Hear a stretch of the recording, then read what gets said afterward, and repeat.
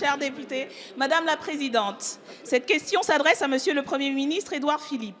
Nous aurions souhaité la poser à Madame Belloubet, mais entre les coups de semonce de la place Beauvau et les coups de com' de l'Élysée, ce n'est de toute évidence pas celle que nous sommes désormais au regret de considérer comme l'ex-ministre de la Justice qui détermine la politique pénale du gouvernement. Monsieur le Premier ministre, donc, le 20 février dernier, notre collègue Caroline Fiat interrogeait la dite ministre de la Justice sur le plan du gouvernement de construction de 15 000 places de prison. Elle nous assurait alors que ces places seraient bien construites. Cette position n'est pas celle de la France insoumise qui est contre l'augmentation mécanique du nombre de places induite par la politique du tout carcéral. Nous prônons une politique pénale qui fait de la prison l'exception et des peines alternatives à l'incarcération la norme, afin de permettre une véritable réinsertion du plus grand nombre de détenus et lutter efficacement contre la récidive. Mais nous avions pris acte du fait que votre gouvernement avait choisi une toute autre stratégie.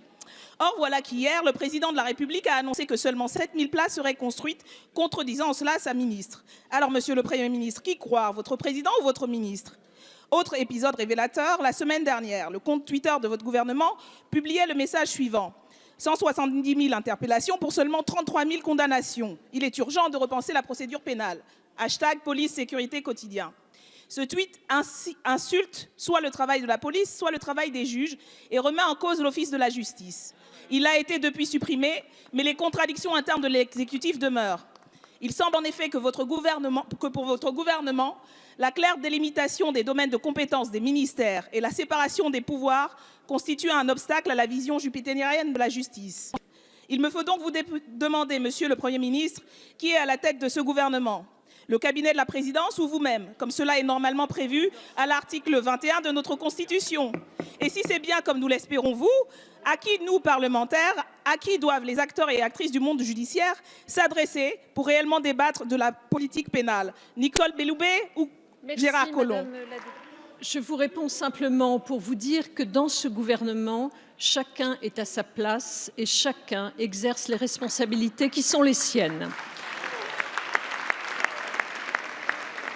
Pour ma part, et sous l'autorité du Premier ministre, j'exerce pleinement les responsabilités donc, qui sont les miennes et qui visent notamment en ce moment à repenser notre système judiciaire.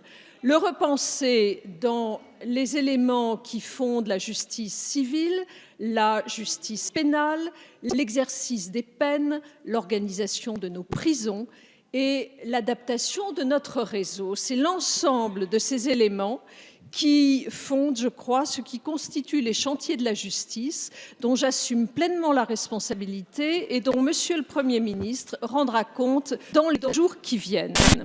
Au sein de ce chantier de la justice, nous avons effectivement l'ambition de rendre les peines plus effectives, de construire des places de prison qui soient réellement adaptées et en cela, nous respecterons pleinement l'engagement du Président de la République. C'est bien l'ensemble de ces éléments qui fonderont, je crois, une nouvelle justice plus proche du justiciable et qui sera un service public mieux rendu pour l'ensemble de nos concitoyens. C'est notre seule ambition, Madame la députée, et j'espère que vous la partagez.